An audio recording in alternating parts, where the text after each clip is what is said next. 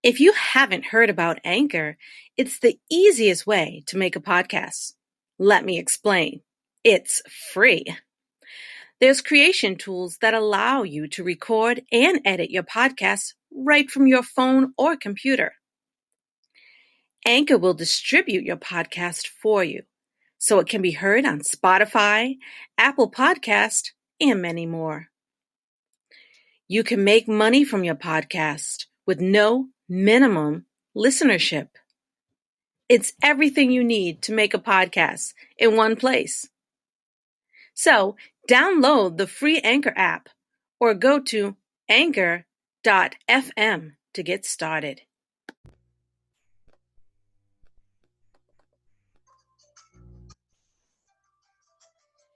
You're listening to It's All Good, Magic, Mysticism, and Earth Medicine. Visit us anytime at our new website, magic-and-medicine.com. And that's magic with a K. I'm your host, Dr. Candace Nadine Breen.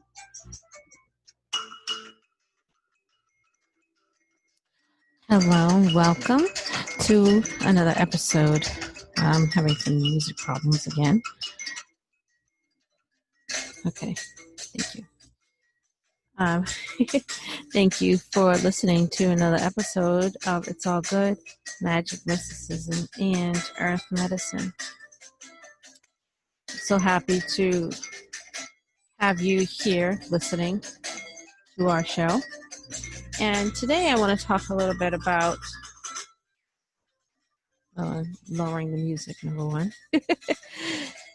Today I'd like to talk a little bit about the Ancestors Call and Decolonization, as the show is titled.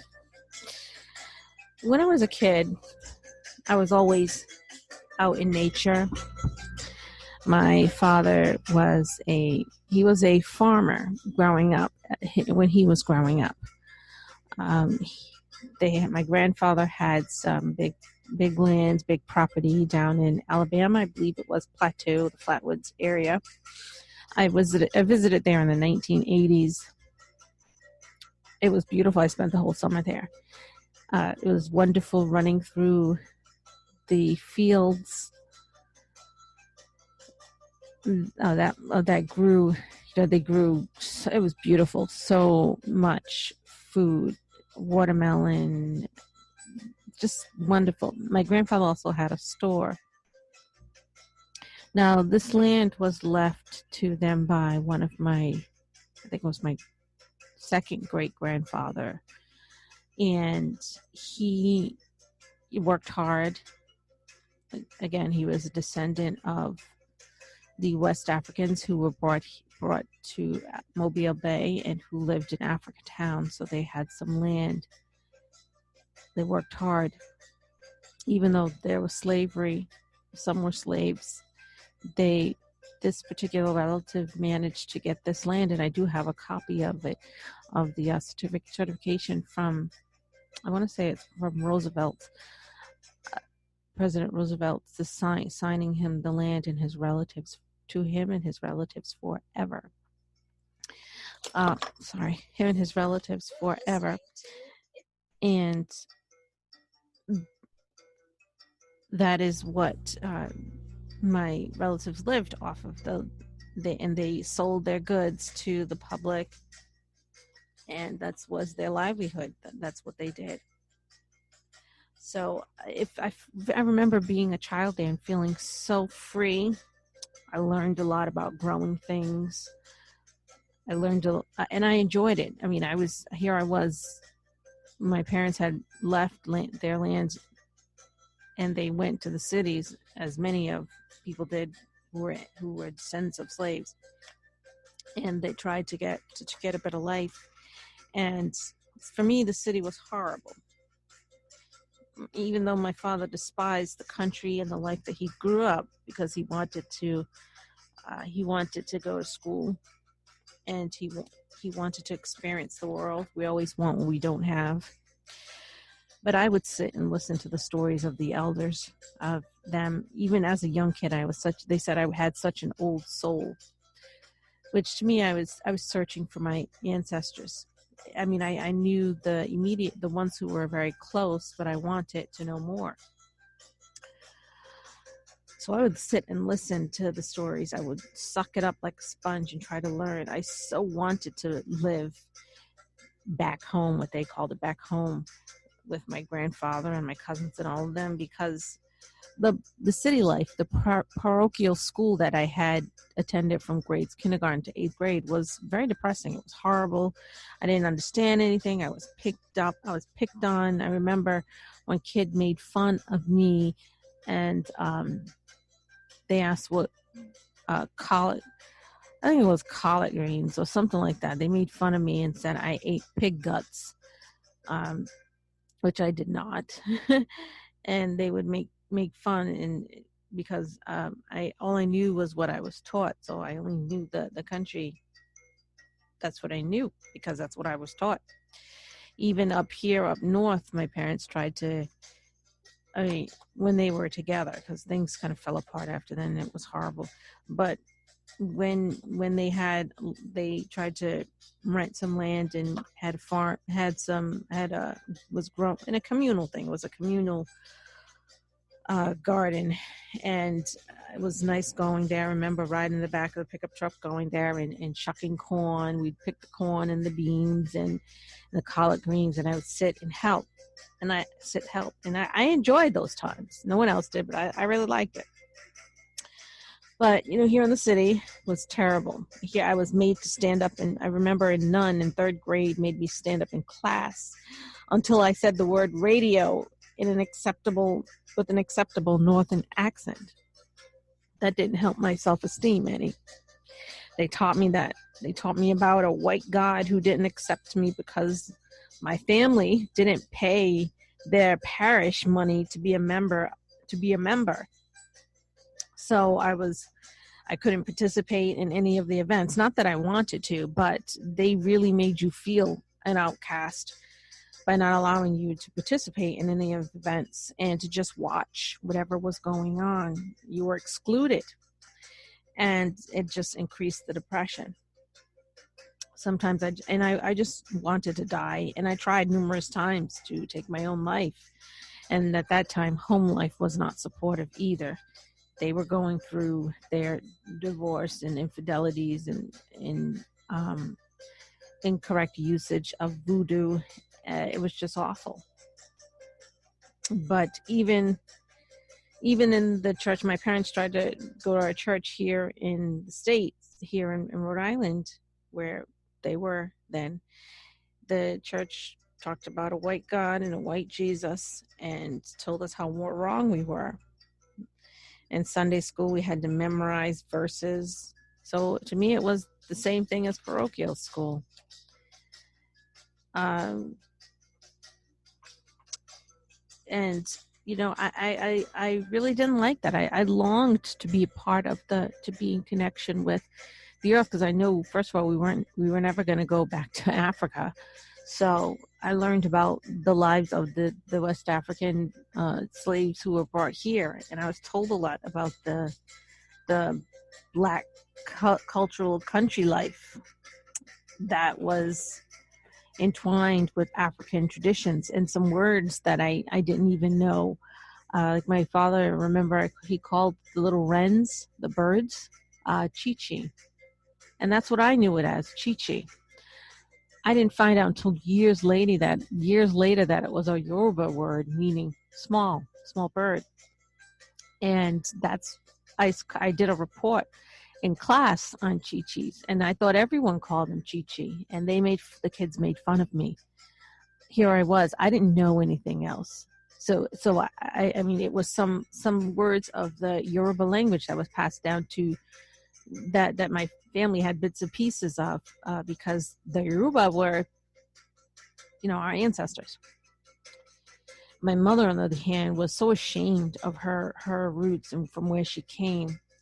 only once did I get to visit a relative with her out in the country who she lived in a shack, but I loved it. There were pigs in the back. They didn't have a toilet. They used a bucket. And to me, it was just wonderful. It was so free. I was just free. So, but she didn't talk about her side. And so I learned a little bit. I didn't learn enough. It wasn't until I became older and I started a relationship with my grandmother that I learned some things, especially about the mysticism and the gifts, the spiritual gifts that we were born with, that we have throughout our family lineage. My grandmother, who passed away in April of 2019, who she and I were very close, and I learned a great deal from her. And I had to going on Ancestry.com to do some research and African ancestry to my DNA and things like that. But I always had this inherent love of nature and the earth as a kid. I just felt that society wasn't accepting of me or my culture. I just felt it. It was just a part of my being. I could feel it in my blood, even though I didn't have the words or whatever. When I was outside, even as a kid, as a young adult, as a college person, I just felt it. And it was just natural for me to communicate with the trees, to communicate with nature. Sorry, my cat. No honey. And animals. It was just natural, just a part of my being. I remember when I graduated from college and I became a 7th grade English teacher, I felt that, yeah, I did it, but I still felt lost. That part of me was missing. Here I was thrown into society where I had to look a certain way, to dress a certain way, to behave a certain way. So I had to be professional. I wouldn't cut my hair and had it relaxed and things like that. It was just awful. And I had to look made up every day, a certain way, because I knew the society was not accepting of me for me being me, who I am. So again, I spent a lot of time trying to connect with the divine and the ancestors. I had many dreams. I communicated with lots of spirits and things like that. And, I was called witch and things like that and all of that. I spent a lot of time in what I called prayer, what I thought was my version of prayer. Lots of walks in nature, so in touch with the animals, the trees, earth. And I'm still like that today. I mean, I had to go full circle. And in order, I had many bumps and stops along the way where I gathered information or learned about something and then went on because it wasn't for me. But a disruption came when I was in college and I allowed a toxic relationship into my life. The ancestors warned me. They gave me dreams as warnings, but I wouldn't realize the dreams until afterwards. I'd be like, oh, that's what that meant. After this toxic relationship, I was lost again. And socially acceptable thing was to return to a church. And in this case, it was a Black church. I thought that I would feel that I belonged in there. And it was a Baptist church, Black Baptist church here. And I felt for a little while good because I was singing and people liked me, and it was great to be Black. But when you talked about Africa or other things, nope. Again, I was demonized. The pastor told me that if I weren't meditating on the word, then I was wrong, and I just could not embrace this Christianity that was forced upon my people.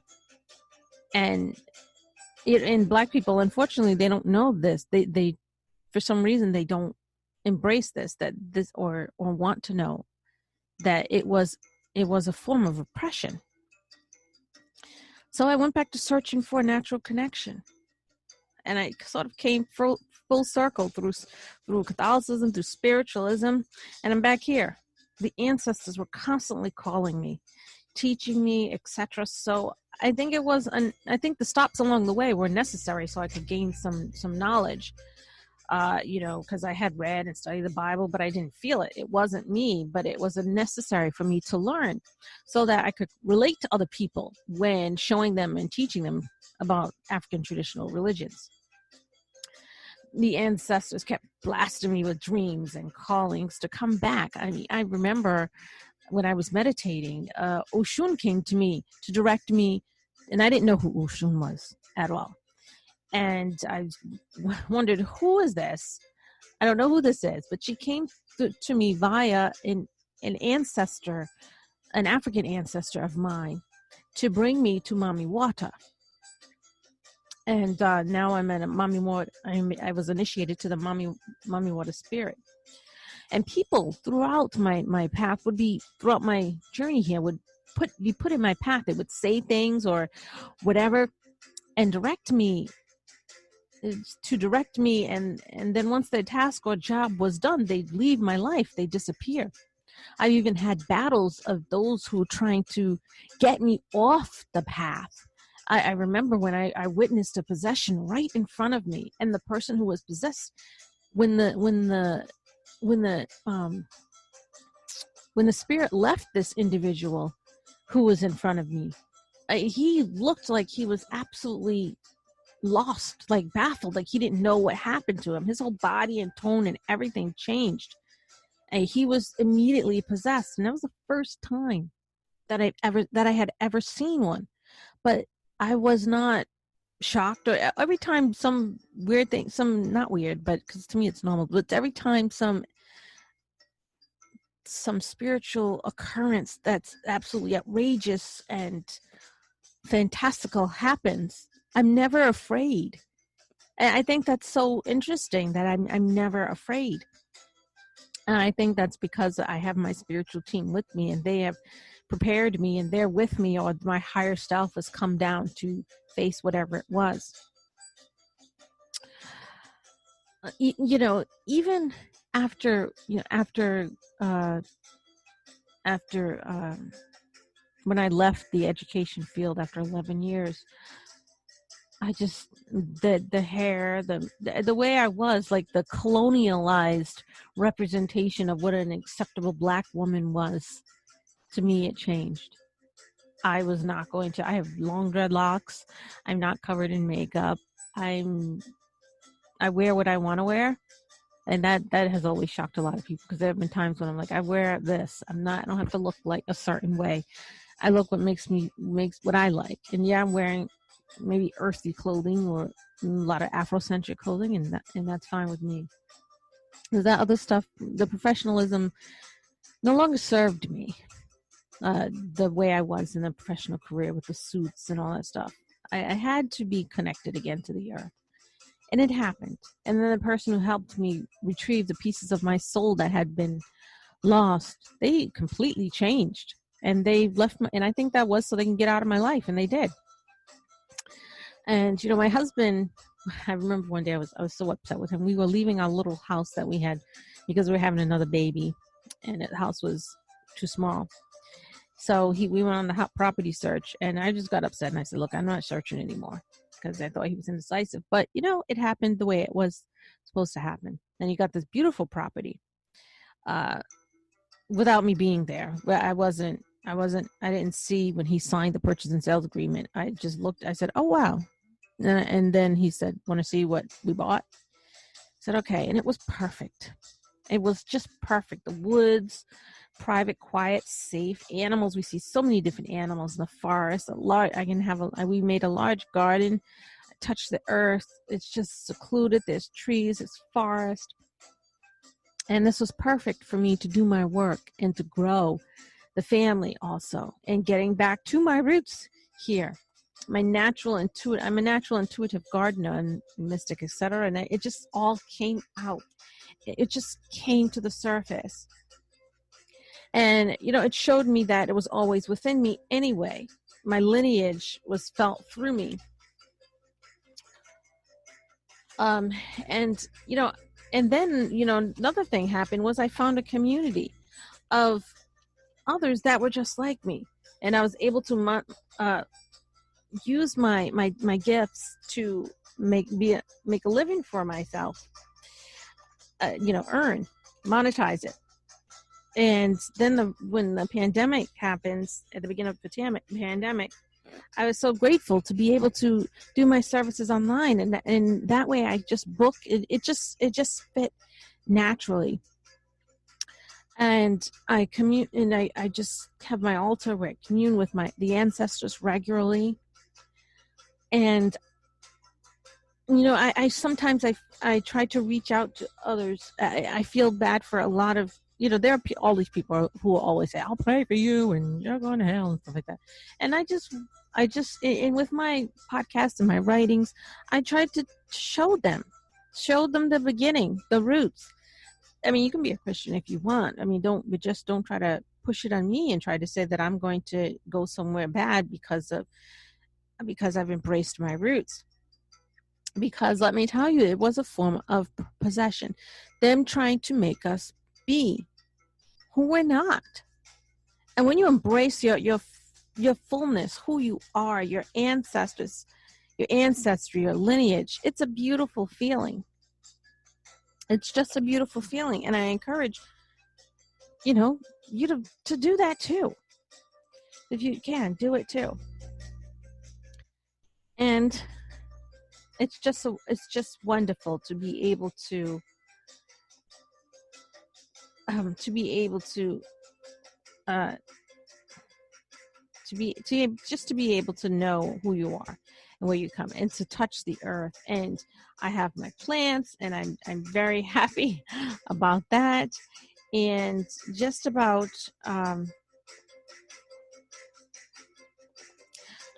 quite a lot of things. So it's very encouraging. And on that note, I do offer, services to help you find out, help you communicate with your ancestors and your ancestry, and help you find who they are. And you can find all of that on my website. That'll be mentioned at the end of the show, the very end of the show. You can connect with me, and I can help you as well. So again, thank you for listening, and I encourage you to definitely find your lineage, your ancestry, and until next time we speak.